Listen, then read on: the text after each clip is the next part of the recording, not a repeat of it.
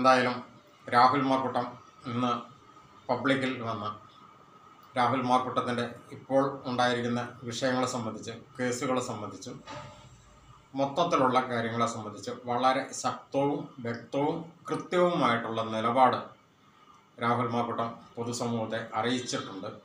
രാഹുൽ ഇനി പാലക്കാട് മത്സരിക്കാൻ ഉദ്ദേശിക്കുന്നുണ്ടോ? അത് കോൺഗ്രസ് പാർട്ടി എന്ത് തീരുമാനമെടുക്കുന്നു? അല്ല, താങ്കൾ കോൺഗ്രസിലുള്ള ആളല്ലേ ഇപ്പോൾ നിലവിൽ? കോൺഗ്രസിൽ നിന്ന് എന്നെ പുറത്താക്കാൻ ലീഡർഷിപ്പ് വിചാരിച്ചാൽ പറ്റും. പക്ഷേ എന്നിൽ നിന്ന് കോൺഗ്രസിനെ പുറത്താക്കാൻ ഈ ലോകത്ത് എനിക്ക് മാത്രമേ പറ്റത്തുള്ളൂ. അതൊരിക്കലും ഞാൻ ചെയ്യത്തില്ല. ഇപ്പോൾ കോൺഗ്രസ്സിന് തോന്നുകയാണ് ആജീവനാന്ത കാലം രാഹുൽ പുറത്ത് നിൽക്കുന്നതാണ് പാർട്ടിക്ക് നല്ലതെന്ന് പറഞ്ഞാൽ എൻ്റെ സംഘടനാപരമായി കോൺഗ്രസ് തന്നിരിക്കുന്ന ഉത്തരവാദിത്വം പാർട്ടിയിൽ നിന്ന് പുറത്ത് നിൽക്കുകയാണെന്ന് പറഞ്ഞിട്ട് ഞാൻ എൻ്റെ മരണം വരെ കോൺഗ്രസ്സുകാരനെ പുറത്ത് നിൽക്കും. എനിക്ക് ആകെയുള്ളൊരു വിഷമം, എന്നെ ഈ വിഷയങ്ങളുണ്ടായപ്പോൾ പാർട്ടി എന്നോട് ചോദിച്ചില്ല, എന്നെ കേട്ടില്ല എന്നുള്ളൊരു വിഷമം എനിക്കുണ്ട്. അത് പരാതിയല്ല കേട്ടോ, നമ്മുടെ ഈ ഇൻ്റർവ്യൂവിൻ്റെ ഫോക്കസ് അതാകരുത്. അത് വളരെ ശ്ലാഘനീയമായൊരു കാര്യമാണ്. നമുക്കറിയാം 24 ചാനലിലെ ആഷ്മിക്കാണ് ഒരു ഇൻ്റർവ്യൂ കൊടുത്തിരുന്നത്. ആ ഇൻ്റർവ്യൂവിലൂടെ വളരെ വ്യക്തമായിട്ട് എല്ലാ കാര്യങ്ങളും പറ്റിയും വിശദമായിട്ട് പറയാവുന്ന രീതിയിൽ പരിധിക്കുള്ളിൽ നിന്നുകൊണ്ട്, നമുക്കറിയാം ഓൾറെഡി കോടതിയിൽ കേസ് നിൽക്കുന്നത് കൊണ്ട് ആ കോടതിയുടെ ചില മാർഗനിർദ്ദേശങ്ങളും അതുപോലെ കേസിനെ സംബന്ധിച്ചിട്ടുള്ള കാര്യമായിട്ടുള്ള വിഷയങ്ങളിലേക്ക്, കണ്ടന്റുകളിലേക്ക് കടന്ന് സംസാരിക്കാൻ പറ്റില്ല എന്നുള്ളത് നമുക്കറിയാവുന്ന കാര്യമാണ്. എങ്കിൽ പോലും കൂടെ ശരിക്കുള്ള അതിൻ്റെ അന്തസത്ത എന്താണ് എന്നുള്ളത്, രാഹുൽ മാക്കൂട്ടത്തിൻ്റെ റോള് അതിൽ എന്തായിരുന്നു, അതുപോലെ ആ കേസിൻ്റെ കിടപ്പ് എന്തായിരുന്നു എന്നുള്ളതൊക്കെ വളരെ വ്യക്തമായിട്ട് രാഹുൽ മാക്കൂട്ടം ഇന്ന് പൊതുസമൂഹത്തിനോട് പറഞ്ഞിട്ടുണ്ട്. നമ്മൾക്ക് ആ ഒരു കാര്യത്തിനകത്ത് നമ്മൾ പലപ്പോഴും വീഡിയോയിൽ പറഞ്ഞുകൊണ്ടിരുന്ന അതേ നിലപാടുകൾക്ക് അടിവരയിട്ട് രാഹുൽ മാക്കൂട്ടം പറഞ്ഞിരുന്നു എന്നുള്ളതാണ് ഇന്നിപ്പോൾ വളരെ വ്യക്തമാകുന്നത്. അതായത് നമ്മൾ തുടക്കം പോലെ പറഞ്ഞിരുന്നു ഇത് രാഹുൽ മാക്കൂട്ടത്തെ കൊടുക്കുന്നതാണ് എന്നുള്ളത് പറഞ്ഞിരുന്നു. അത് വളരെ വ്യക്തമാകുകയാണ്. രാഹുൽ മാക്കൂട്ടം അതിനകത്ത് എടുത്തു പറഞ്ഞിരിക്കുന്ന വളരെ കുറേയധികം കാര്യങ്ങൾ പറഞ്ഞിട്ടുണ്ട്. അതിനകത്ത് ചുരുക്കി പറഞ്ഞു കഴിഞ്ഞാൽ രാഹുൽ മാക്കൂട്ടം അന്നൊരു വാചകം പറഞ്ഞത് നമ്മുടെ പൊതുമണ്ഡലത്തിലുണ്ടായിരുന്നു. അതായത് ഇന്ത്യയിൽ നിലനിൽക്കുന്ന നിയമങ്ങൾക്ക് വിരുദ്ധമായിട്ട് ഒരു തെറ്റും ഞാൻ ചെയ്തിട്ടില്ല, അത് നേരത്തെയും ചെയ്തിട്ടില്ല, ഇപ്പോഴും ചെയ്തിട്ടില്ല എന്ന് അടിവരയിട്ട് പറയുന്നു എന്നൊന്ന് പറഞ്ഞിരുന്നു. ആ കാര്യങ്ങൾ തന്നെയാണ് ഇന്നും രാഹുൽ മാക്കൂട്ടം പറഞ്ഞിരിക്കുന്നത്. അപ്പോൾ പല കാര്യങ്ങളും നമുക്കറിയാം, മുഖ്യധാരാ മാധ്യമങ്ങളായിരുന്നു ആ കാലഘട്ടത്തിൽ ഏറ്റവും കൂടുതൽ രാഹുൽ മാക്കൂട്ടത്തെ കടന്ന് ആക്രമിച്ചുകൊണ്ടിരുന്നത്. ഇന്നും ഇൻ്റർവ്യൂ കൊടുത്തത് തന്നെ ഒരു മുഖ്യധാരാ മാധ്യമം 24 ചാനലിലെ കേരളത്തിൽ അറിയപ്പെടുന്ന ഹാഷ്മിക്കാണ് ശരിക്കും പറഞ്ഞു കഴിഞ്ഞാൽ ഇൻ്റർവ്യൂ നൽകിയിരുന്നത്. ഹാഷ്മി ഓരോരോ കാര്യങ്ങൾ എടുത്ത് ചോദിക്കുന്നുണ്ടായിരുന്നു. പ്രത്യേകിച്ച് ആ അന്ന് 1ാം പീഡന പരാതിക്കാരിയുടെ കുറേ വോയിസ് മെസ്സേജുകളൊക്കെ നമ്മൾ കേട്ടതിനെ പറ്റിയും അതിനകത്ത് രാഹുൽ മാക്കൂട്ടത്തിൻ്റെ ശബ്ദങ്ങളും അതേപ്പറ്റിയൊക്കെ വളരെ കൃത്യമായിട്ട് ആഷ്മി എടുത്ത് ചോദിച്ചിരുന്നു. അതിന് രാഹുൽ മാക്കൂട്ടം പറഞ്ഞിരിക്കുന്ന വ്യക്തമായ മറുപടി എന്ന് പറഞ്ഞിരിക്കുന്നത് ആ വോയിസ് മെസ്സേജിൻ്റെ തുടക്കം, അതുപോലെ തന്നെ ആ ചാറ്റിൻ്റെ ഒരു നമ്മളെ പബ്ലിക്കിൽ കിട്ടിയതിൻ്റെ ഒരു 10 ചാറ്റുകൾ പുറകിലേക്കും 10 ചാറ്റുകൾ നമ്മൾ കേട്ടതിന് ശേഷവുമുള്ള മൊത്തം ചാറ്റുകൾ നിങ്ങളൊന്ന് കേട്ട് കഴിഞ്ഞ് കഴിഞ്ഞാൽ നിങ്ങൾ തന്നെ പറയും അതിനകത്ത് 1% പോലും ഈ ആരോപിക്കപ്പെടുന്ന തെറ്റ് രാഹുൽ മാക്കൂട്ടത്തിൻ്റെ ഭാഗത്ത് ഇല്ല എന്നുള്ളത് പറയും എന്ന് രാഹുൽ മാക്കൂട്ടം വ്യക്തമായിട്ട് പറഞ്ഞു. അത് തന്നെയാണ് കോടതിയും കണ്ടെത്തിയിരിക്കുന്നത്. കാരണം നമുക്കറിയാം, നമ്മളൊന്നും അതിൻ്റെ ഫുൾ വിവരണങ്ങൾ കിട്ടിയില്ലെങ്കിൽ പോലും കൂടെ കോടതിയിൽ ഇത്തരം കാര്യങ്ങളിലെല്ലാം ഫുൾ വിവരണങ്ങൾ കൊടുത്തേ പറ്റുള്ളൂ.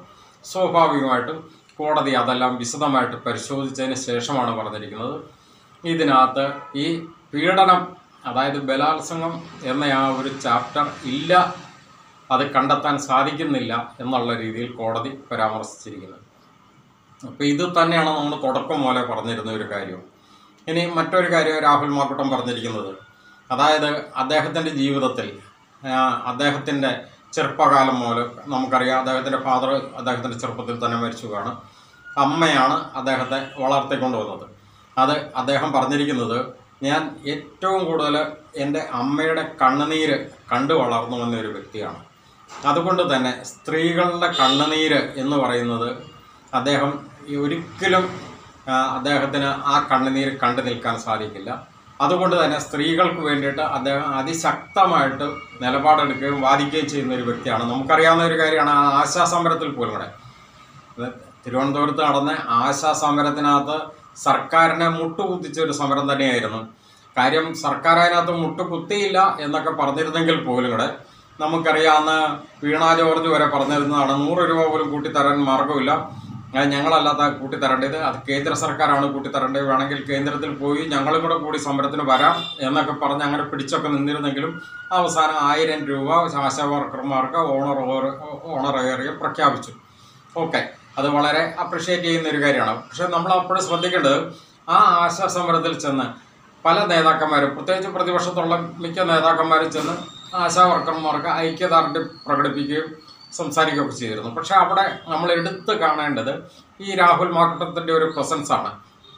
അദ്ദേഹം അവിടെ ചെന്ന് ഏറ്റവും, അതായത് ആ സമൂഹത്തിനും സർക്കാരിനും മൊത്തത്തിൽ ഏറ്റവും നല്ല അതിശക്തമായ വാക്കുകളിലൂടെ എല്ലാവർക്കും ഉൾക്കൊള്ളുന്ന രീതിയിലും അത് നല്ല ശരിക്ക് ആ ആശാവർക്കർമാർക്ക് വേണ്ടിയിട്ട് സംസാരിക്കുകയും ആ ആശാവർക്കർമാരുടെ ആ യഥാർത്ഥ ദുഃഖത്തിൽ, അതായത് അവരുടെ ആ തുച്ഛമായിട്ട് കിട്ടുന്ന അവരുടെ ആ വേതനത്തെ പറ്റി അതൊരിക്കലും നീതീകരണമല്ല എന്നുള്ള രീതിയിൽ മറ്റുള്ള എല്ലാ പ്രതിപക്ഷ നേതാക്കന്മാരും പറയുന്നതിനേക്കാളും വളരെയധികം ആഴത്തിൽ ശക്തവും വ്യക്തവും കൃത്യവും സ്പഷ്ടവുമായിട്ട് രാഹുൽ മാക്കൂട്ടം അന്ന് അവിടെ പറഞ്ഞിരുന്നത് അത് ഏറ്റവും കൂടുതൽ പൊതുജന ശ്രദ്ധ പിടിച്ചു പറ്റിയ ഒരു കാര്യമാണ്.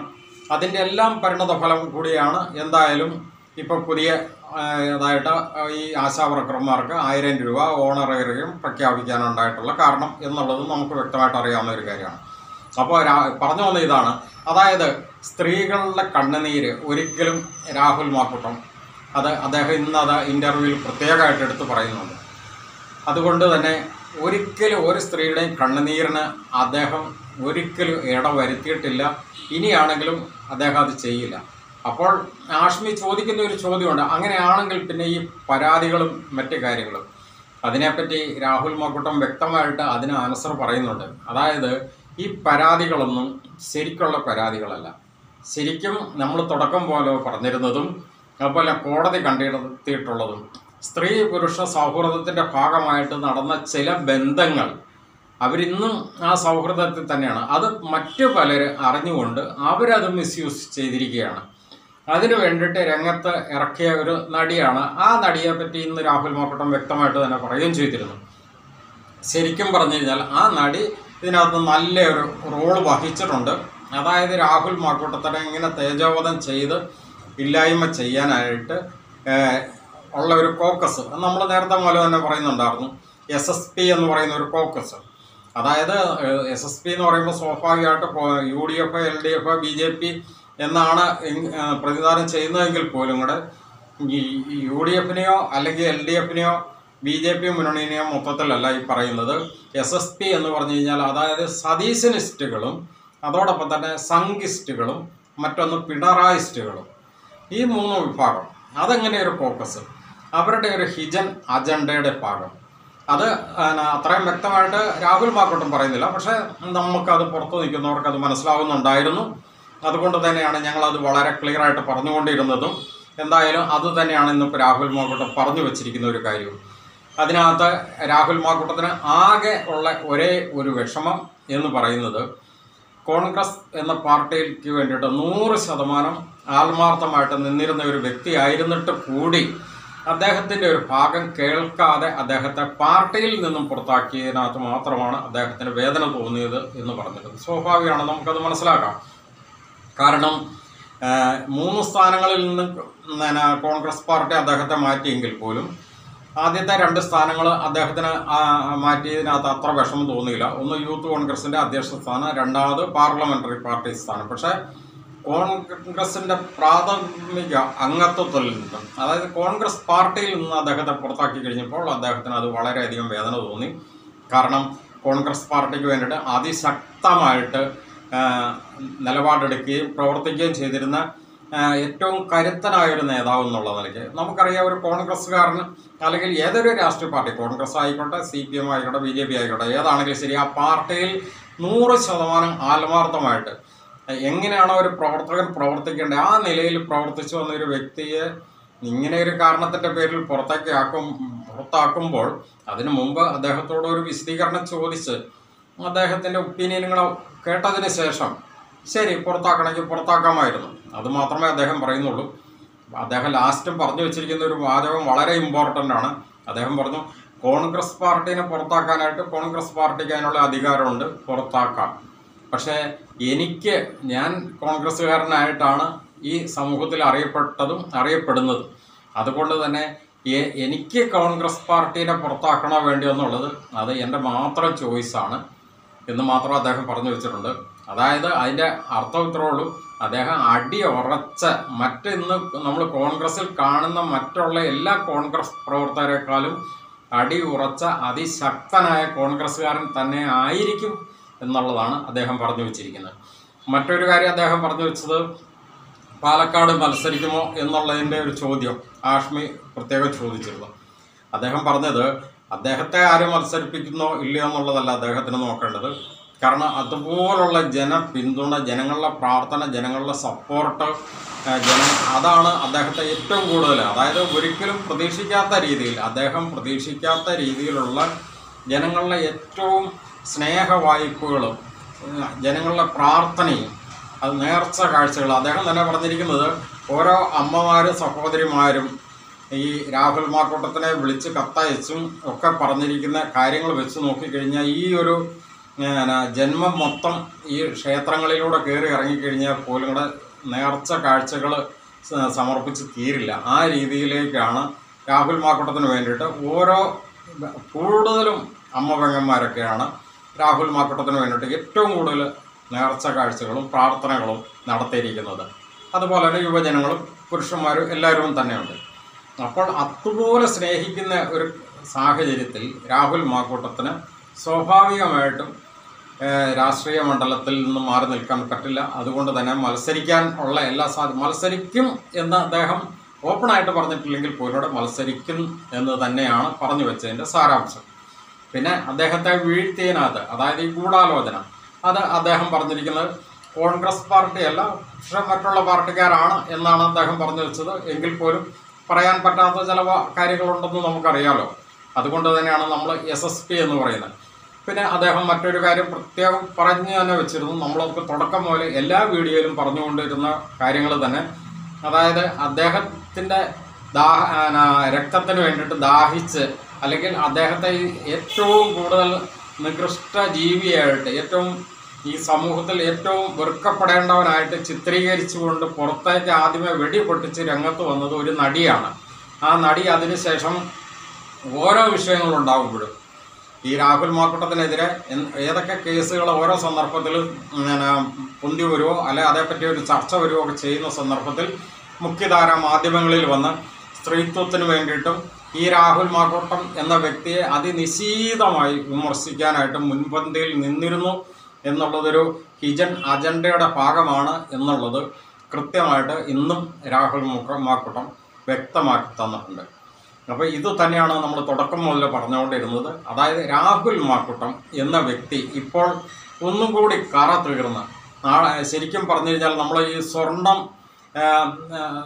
നല്ല രീതിയിൽ അത് ഇടിച്ച് അത് ചൂടാക്കി ഉരുക്കി വീണ്ടും അടിച്ച് പതപ്പിച്ച് പരുവമാക്കിയെടുത്ത് തനി തങ്കം ആക്കുക എന്ന് പറഞ്ഞതുപോലെ തന്നെയാണ് ഇപ്പോൾ രാഹുൽ മാക്കൂട്ടം എന്ന രാഷ്ട്രീയ നേതാവ് എന്ന് പറയേണ്ടിയിരിക്കുന്നു. ശരിക്കും പറഞ്ഞു കഴിഞ്ഞാൽ ഇന്നിപ്പോൾ കേരള സമൂഹത്തിലുള്ള എല്ലാ രാഷ്ട്രീയ പാർട്ടികളിലെ നേതാക്കന്മാരെ എടുത്ത് നോക്കിക്കഴിഞ്ഞാൽ ഏതാണ്ട് ഈ പറഞ്ഞ എല്ലാ ക്വാളിറ്റിയും തികഞ്ഞ ഒരു തനി തങ്കമായിട്ട് തന്നെ രാഹുൽ മാക്കൂട്ടം മാറിയിരിക്കുന്നു, അല്ലെങ്കിൽ ആ സാഹചര്യത്തിലേക്ക് ഉയർത്തപ്പെട്ടിരിക്കുന്നു. അതുതന്നെയാണ് നമുക്ക് ഈ സന്ദർഭത്തിൽ പറഞ്ഞു വെക്കാനുള്ളത്. എന്തായാലും നമ്മൾ ഇത്രയും നാൾ പറഞ്ഞുകൊണ്ടിരുന്ന കാര്യങ്ങൾക്ക് അതിശക്തമായിട്ടുള്ളൊരു അടിവരയിടുന്ന ഒരു കാര്യമായിട്ടാണ് ഇന്നിപ്പോൾ രാഹുൽ മാക്കൂട്ടം ഇന്നും മാധ്യമങ്ങളുടെ മുമ്പിൽ വന്ന് വ്യക്തമായിട്ടുള്ള കാര്യങ്ങൾ, അദ്ദേഹത്തിൻ്റെ നിലപാടുകളും കാഴ്ചപ്പാടുകളും ഈ കേസിലെ നാൾ വഴികളെ സംബന്ധിച്ചും പറയാവുന്ന രീതിയിൽ വ്യക്തമാക്കി തന്നിരിക്കുന്നത് എന്നുള്ള കാര്യം ജനങ്ങളോട് ഒന്ന് അറിയിക്കാൻ വേണ്ടിയിട്ടാണ് ഈ വീഡിയോ ആയിട്ട് വന്നിരിക്കുന്നത്. എല്ലാവർക്കും നന്ദി, നമസ്കാരം.